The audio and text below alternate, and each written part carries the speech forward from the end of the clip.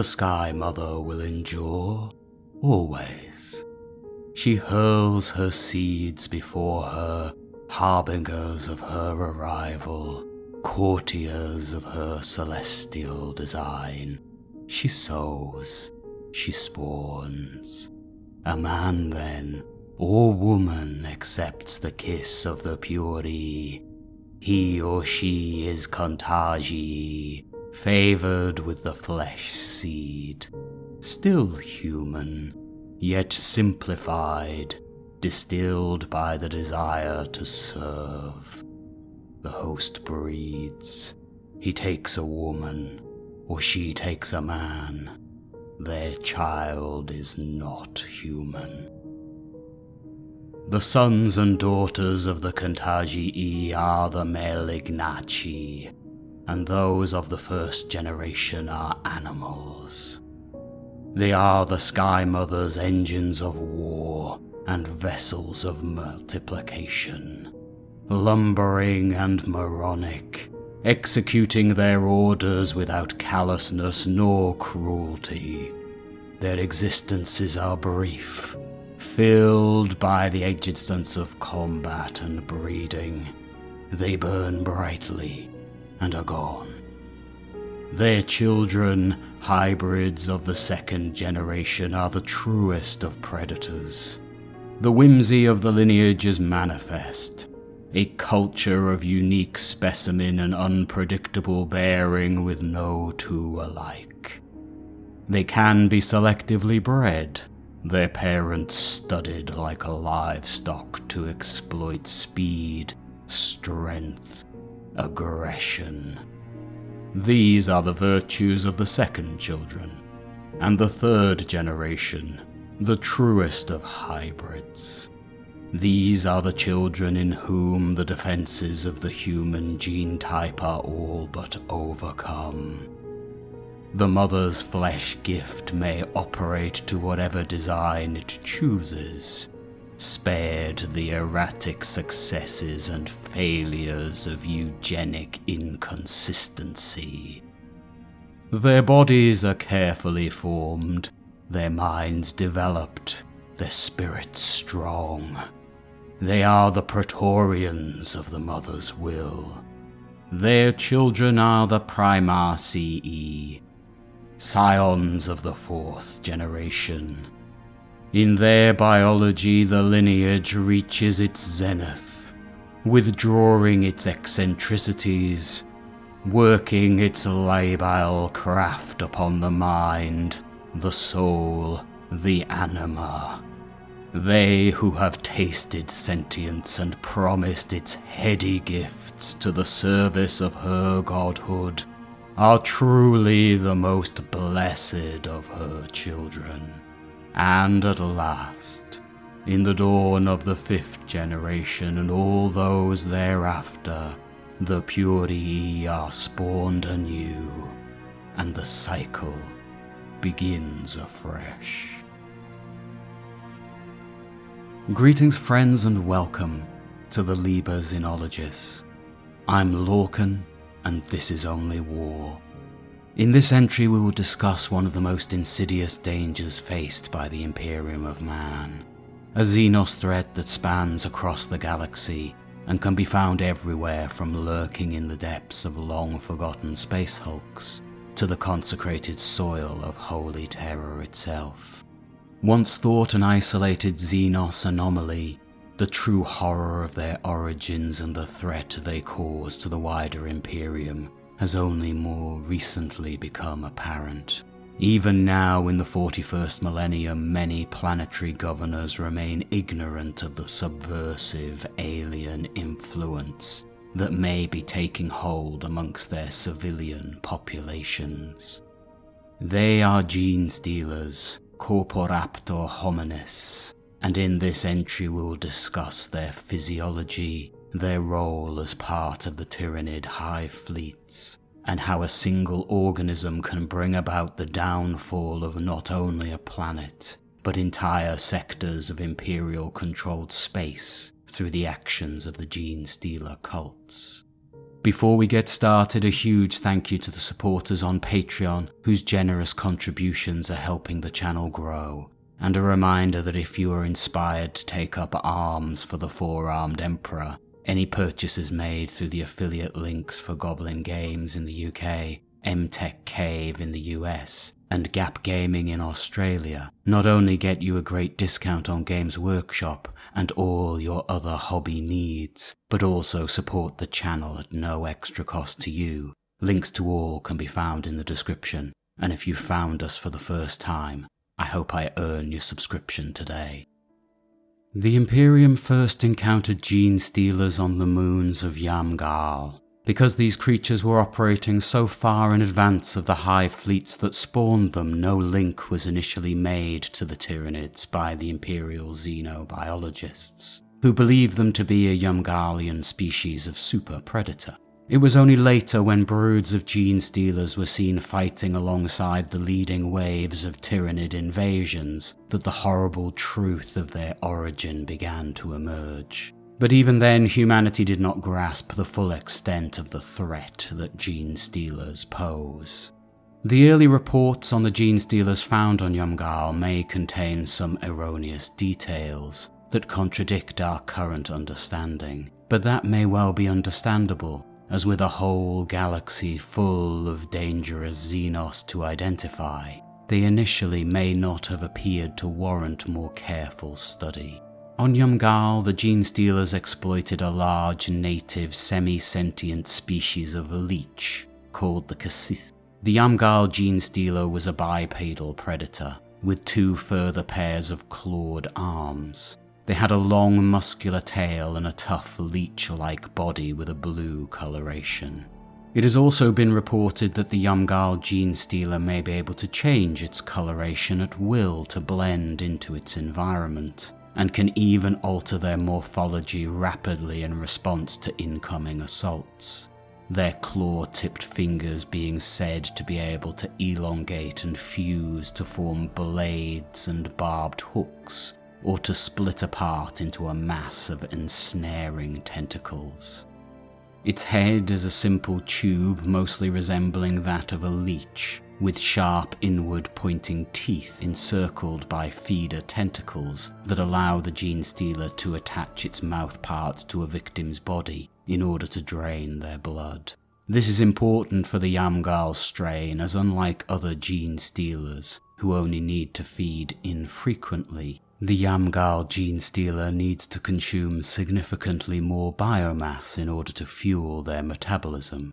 Without adequate nourishment, they will be forced to enter a state of hibernation until a new food source can be found. It was identified that Genestealers did not reproduce sexually, and that they required an organism of another species in order to procreate. The Genestealer would implant its victim with its genetic material through an extendable ovipositor found in the head. In those early reports, this was thought to be in the form of an egg capsule, and this implanted egg would grow quickly until it burst from the body of its victim as an immature Genestealer, killing its unfortunate host. This would contradict our understanding of how Genestealer reproduction works in sentient races, but could be attributed to the association with the Kasith leech, which, as we will discuss later, is far from the ideal host organism for Genestealer infestations, and could be an adaptation of the Genestealers of Yamgal. It is now believed that the implantation of Tyranid genetic material occurs via a vector more similar to a virus, that inserts the Genestealer's DNA into the somatic cells and gametes of the host, and that the birth of pure strain Genestealers occurs after a number of hybrid generations. These early reports did, however, highlight that Yamgal Genestealers could use humans as host organisms, and when doing so, the newly born hybrid would not be a pure Genestealer as when mated with a Kasith, but instead a hybrid that would have some human characteristics. With consistent human parentage over 3 or 4 generations, these hybrids could pass for human under cursory inspection, although having a blue hue to the skin, a disturbing gaze, and slightly pointed teeth.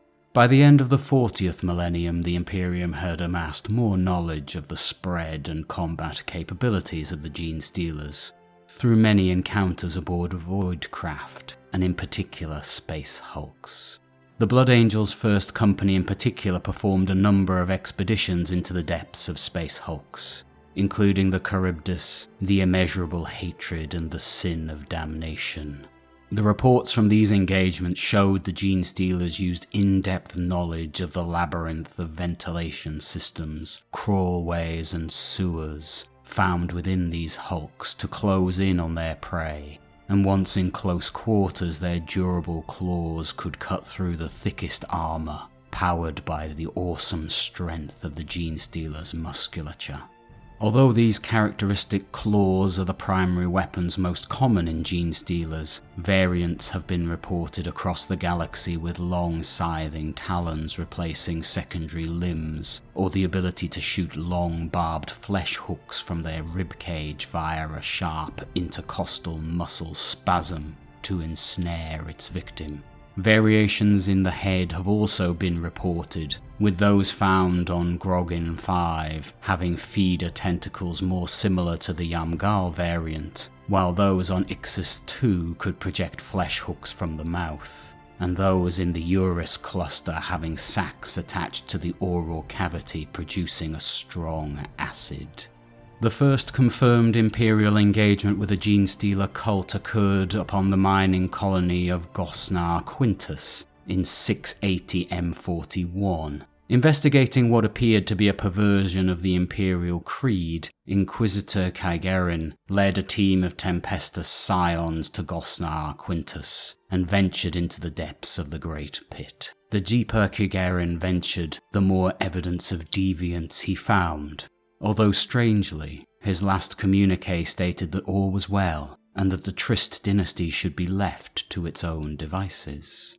It was a full year before Kaigarin's fellows noticed that something was deeply wrong. A 5-man kill team of Deathwatch Space Marines was sent in on a follow-up mission, yet they too were swallowed by the mysteries of the Great Pit. Only when the steel-willed chaplain Cassius mustered his own hand-picked kill team was the vile truth unearthed. Gosnar Quintus was home to a Xenos infestation. Kill Team Cassius fought its way through hundreds of Genestealer cultists as they plumbed the depths of the Trist dynasty's corrupted world. Although a truly gruesome ordeal, they made it out alive to pass on what they had discovered. Most shocking of all was not the Genestealer patriarch that lurked at the heart of the cult, but the damning evidence in the mining cult's shipping holographs. Under the guise of industry, the Xenos-tainted Trist dynasty had spread its curse across not only the Gosnar system, but throughout the sector. The implications were staggering, but still their true nature would not be unveiled for a further 65 years. The Genestealers were first linked to Tyranid Hive fleets following the arrival of Hive Fleet Behemoth in the southeastern fringe of the galaxy in 745 M41. The first fully documented incursion into the galaxy by the Tyranids, Hive Fleet Behemoth consumed planets in the Tyran and Thandros systems before descending on the Macragge system containing the home worlds of the Ultramarines chapter a month later.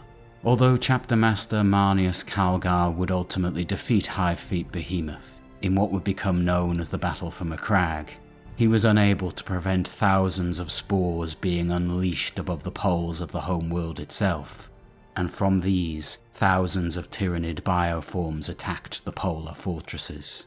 It was in the aftermath of this conflict that Genestealers were formally identified as another Tyranid bioform. Utilized in the ground assault as shock troops, Genestealers notably launched a surprise attack on the Sirocco starport, where they burst through the sewers to slaughter defenders and pilots alike, greatly decreasing Calgar's transport capabilities, and against the first company Terminators led by Captain Invictus that defended the two polar fortresses. In the northern fortress, the Genestealers were directed by an organism now known as a Swarm Lord, and alongside other Tyranid bioforms, fought the Ultramarine Terminators amongst the coolant stores of the defense laser silos in the heart of the northern polar fortress, and in the lower Generatarum, where the first company made their last stand. When the reinforcing third company finally cleared their way through the Tyranid forces in the hope of extracting their brothers, there were no survivors to be found. The presence of Genestealers amongst the forces of Hive Fleet Behemoth proved the previous assumptions concerning their origins as a distinct and separate Xenos threat had been false. Genetic analysis would reveal that all Genestealers, including the Yamgal variant, were indeed Tyranid bioforms. Adeptus Astartes of the Salamanders chapter were unleashed to purge the moons of Yamgal, and the Inquisitors of the Ordo Xenos intensified their efforts to root out further Genestealer cult infestations, but little else could be done. Despite the Salamander xenocidal campaign, the Yamgal variant was not completely eradicated, and they can still be found lurking in the dark and forgotten corners of the galaxy. Genestealers' strengths as shock troops are obvious, yet for all these natural weapons it is the Genestealers' cunning that renders them so exceptionally deadly. While the Xenos minds are utterly divorced from anything that can be compared to the human psyche, they are seen by some to be easily mankind's equal in intellect, albeit turned over entirely to infiltration and base predatory instinct. Genestealers are possessed of inhuman patience and subtlety. They can compact their bodies into seemingly impossible gaps, are neurologically incapable of feeling any form of fear, and their alien biology can endure sustained periods of deep hibernation, even in conditions of absolute vacuum or the cold of the interstellar void. Employing these bioengineered abilities, Genestealers can infiltrate even the most vigilant enemy strongholds. Ordo Xenos reports speak of Genestealers folding themselves into pipes, ducts, and conduits, before crawling or climbing sometimes for days in order to emerge from a location their foes would never have predicted. There are tales of Genestealers reaching worlds while frozen within captured ice comets, compacted into the cavities in void ship superstructures, lurking in cargo containers, or refrigerated grox carcasses, and countless other devious means. And of course, these are only the ones that have been detected and recorded. What follows such cunning infiltrations is bloodshed, as the shock troops of the Tyranid swarms burst from cover to slaughter all in their path. Yet it is when a single organism reaches an Imperial planet in secret that the Genestealer wreaks the worst havoc by seeding a gene cult that will eventually rise to threaten the entire world. Before we delve into the physiology of the Genestealer and the actions of their cults, the Patriarch compels me to ask if you've gotten this far to spread the blessing or curse of this knowledge through the algorithm, by hitting the like button and leaving a comment in praise of the Star Children. The pure strain Genestealer, Corporata hominis, has a dense calcified skull beneath a leathery dermis, which is its only endoskeletal structure. The ocular organs are closely analogous to human eyes, containing both rod and cone photoreceptors. The olfactory organ descend to the rear of the palate, combining scent and taste. Magus biologists have theorized that the Genestealer uses taste receptors as a sophisticated air analysis tool, similar in function to the Jacobson's organ found in some Terran reptiles. Dense jaw musculature indicates immense bite pressure and a distending hinge. The cerebral cavity is large, housing a complex human-analogous brain. The mouth contains the tongue and ovipositor. The tongue itself is a simple column of ribbed muscle, with budded taste cilia at the rear and the hollow chitinous ovipositor at the front. It is believed the reproductive organism is delivered to the victim's body via muscular contraction, where genetic reproductive alterations begin. The skull is the only internal support structure. The remainder of the Genestealer's body comprises of bony extrusions and plates that are made of a substance similar to chitin and connected to underlying muscular strands. Secondary glands on exposed tissue suggest this chitinous substance is exuded as a liquid resin to replace wear on the upper layers.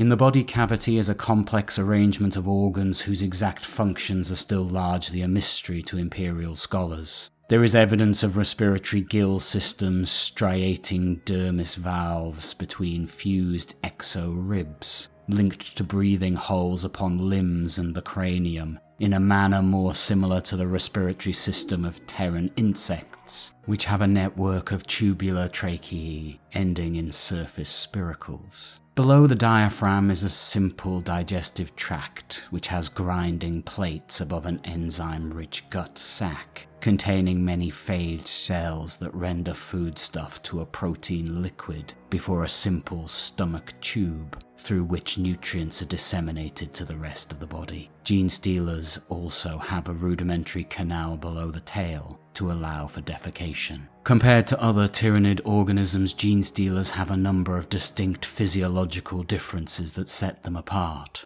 The oral reproductive process, the ability to digest complex foodstuffs, combined with other aspects of their morphology, suggest a creature better suited to a solitary, self-sufficient role than many of the other Tyranid bioforms. While Genestealers have been known to infect Orcs, Eldar, Kroot, Tau, Vespid, and many other sentient races in the galaxy, it is humanity that has proved the perfect host for the alien parasites of the Tyranids. Mankind has intelligence enough to ply the stars, but not enough to overcome the combination of ambition, curiosity, and hubris that leads it to the dark places in which the Genestealer thrives. Unless prevented or specifically forbidden from doing so, the human race will seek to colonize every corner of the galaxy, no matter what terrors it discovers in the process. This urge to expand our horizons, coupled with a relatively short span of years between generations, makes humanity the ideal prey species. The vast spread of its colonies, and hence the near limitless biomass it can produce,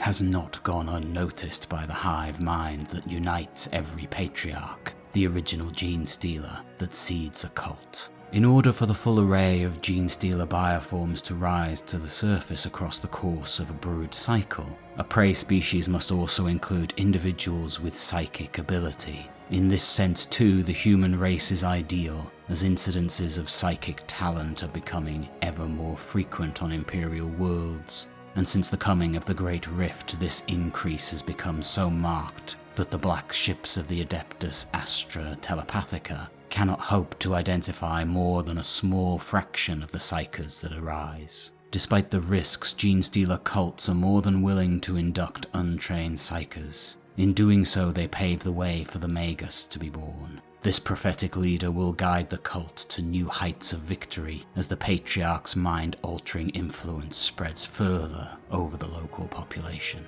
The Imperium is unimaginably vast, the most powerful galactic empire in existence, yet it is thinly spread across the infinite blackness of the void, required to send ties of materials and manpower at the behest of far-off terror. Many of its worlds labor under oppressive regimes, the necessity of their cruelty unappreciated by those under the Overseer's lash. Rebellions are nothing new. There are separatist uprisings, the schisms within the Imperial faith, the power grabs by petty warlords or crime cartels, not to mention the spread of shadowy chaos cults, or the attempted infiltration by alien races such as the Tau. With these factors combined with the cunning and patience of the Broodkin themselves, it is not surprising it took the Imperium so long to recognize the danger of the Genestealer cults. On many worlds it still remains an unknown and unlooked-for scourge.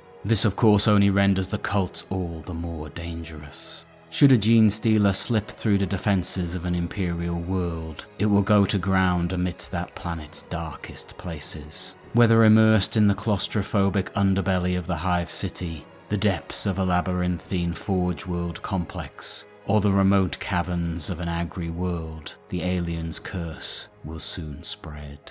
The Genestealer begins its task by snatching unlucky victims and hypnotizing them. These first targets are infected with Tyranid genetic structures by way of the Genestealer's ovipositor, and once the virus-like infection takes hold, they are fully enthralled to its will. Perceiving the alien as a messianic savior, these thralls, known as the Contagii, will return to their own societies to abduct further victims to be implanted, a process known as the Genestealer's kiss. The Contagii will also have the urgent need to find a mate and breed. This mate will also become infected with the Genestealer DNA, and although both hosts may be human, their offspring will be anything but.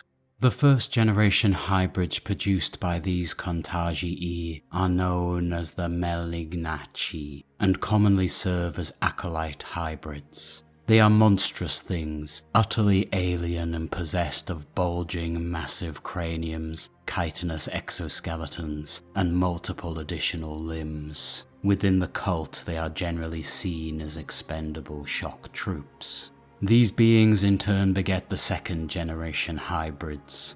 They are still grotesque, hunched creatures with bestial features, and typically an extra arm, and while they may also serve as acolytes, some may be sapient enough to be put to work in industrial brotherhoods. Wholly alien though they remain, they nonetheless can communicate in Low Gothic, and possess more human comprehension of Imperial technology, along with the dexterous digits with which to manipulate it.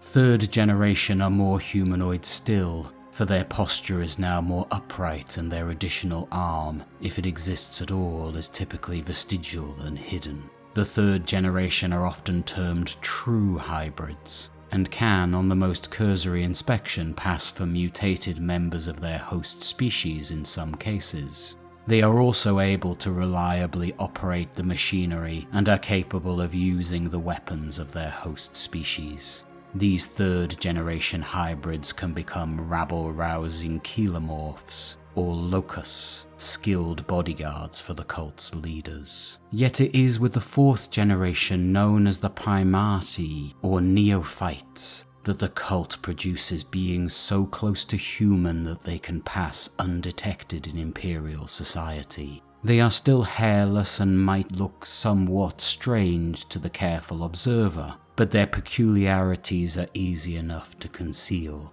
It is during these later generations also that various cult agents are born to the brood, specialized individuals such as the psychic Magus, the lordly Primus, and the scientifically minded Biophagus, who all help to cement and coordinate the increasingly complex and established gene sect. The many varied forms of the Genestealer hybrids and their roles within the gene sect will be a subject of a future entry in the Liber Xenologists.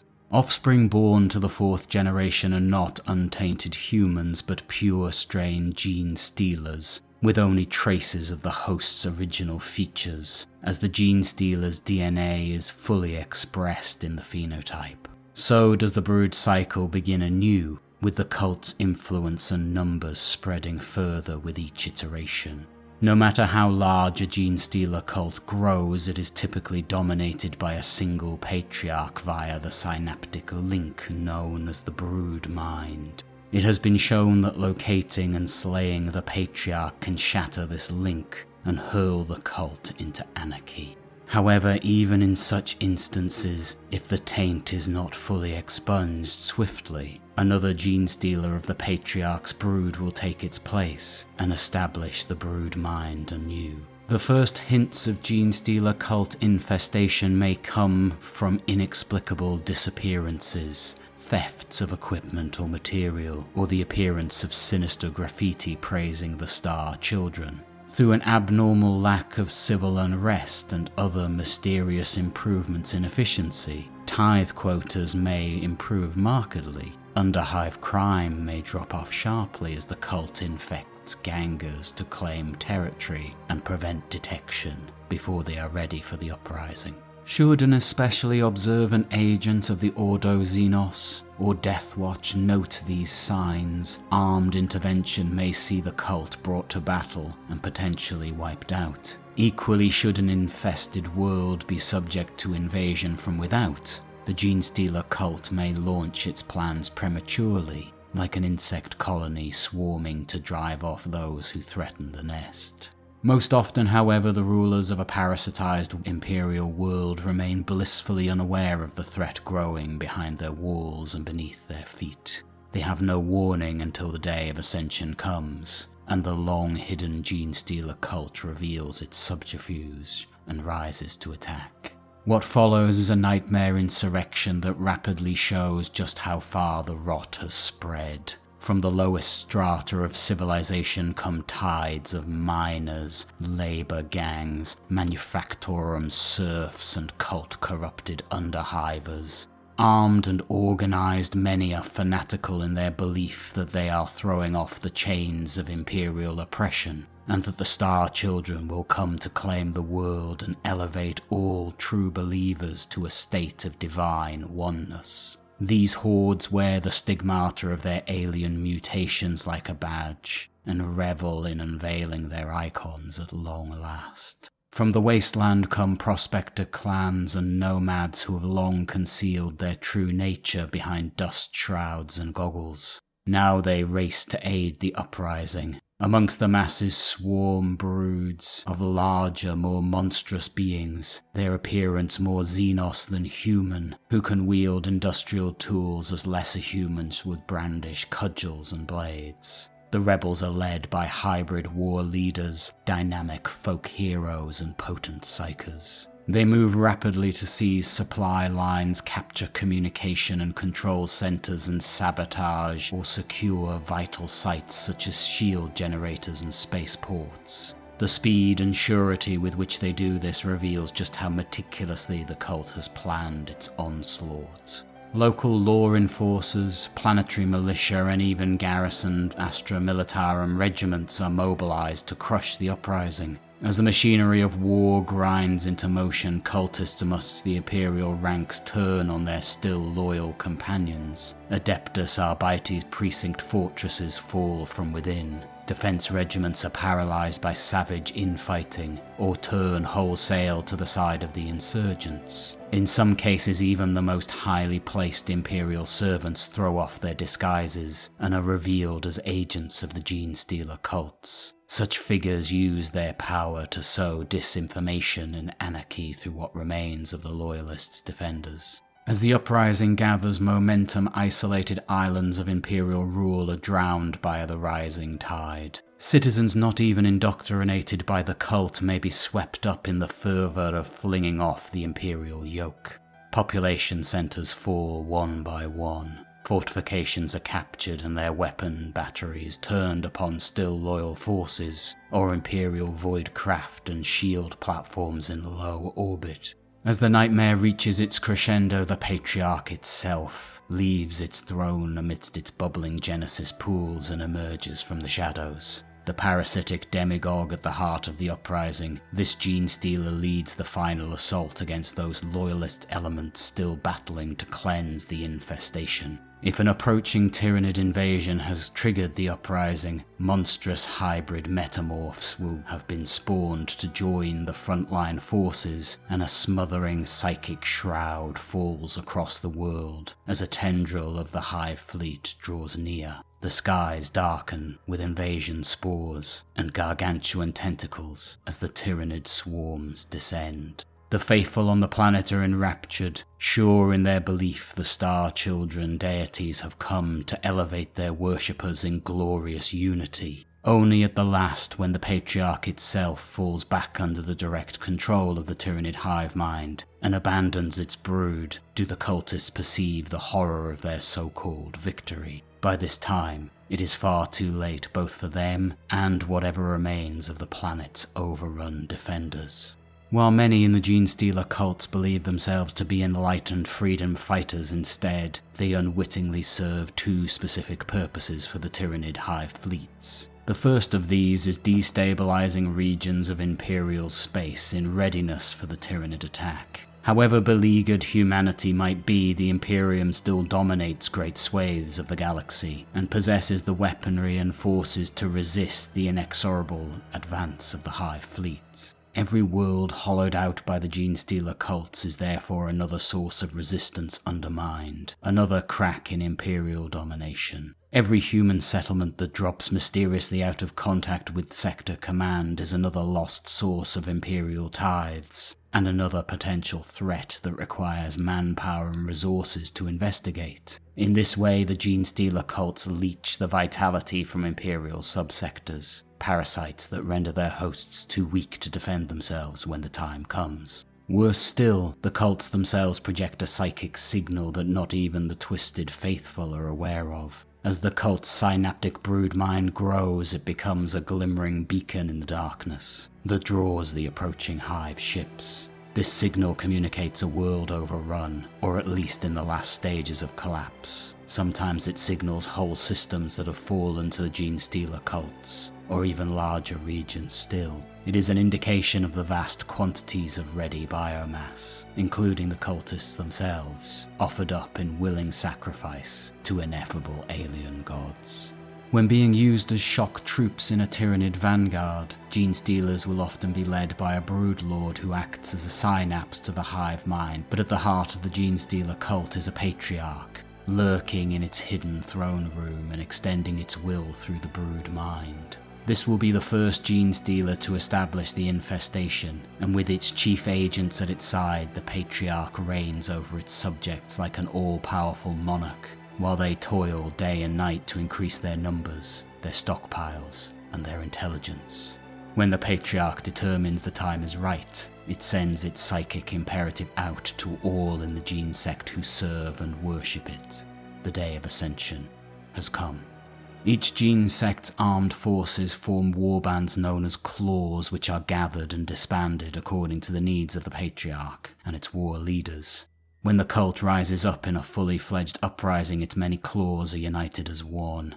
Icons that for so long have been hidden in concealed shrines are now hoisted proudly aloft. Hybrids too alien to pass for human are unleashed, their Xenos mutations no longer a hindrance, but instead blessed weapons of rebellion. Plans long laid are put into action. The faithful launch ambushes and surprise attacks with inhuman precision. Amidst gangs, militia, and garrisons, infiltrators turn suddenly upon those who thought them allies. The psychological impact of such mass treachery is a weapon in itself. Precious time is lost as loyalist forces struggle to understand what is happening. Defenders are overrun, even as they seek to reason with comrades turned insurgents, or to demand useless clarification or explanation from their superiors, where they should be fighting back. The advantage of surprise is crucial to the Genestealer cults. While it is not unheard of for gene sect to control super heavy battle tanks, massed combat aircraft and the like, their access to such high-end assets is often limited. The vast majority of their forces are best described as paramilitary guerrillas, who must compensate for their lack of heavyweight military hardware through zeal, numbers, and cunning. Where the cult has amassed heavier assets in the hands of brood brothers, these are deployed against the most formidable enemy targets, fortifications no cultist has managed to infiltrate, mustering grounds for loyalist defenders, the fortified palaces of the ecclesiarchal leaders or planetary governors, astropathic sanctums, are all worthy targets.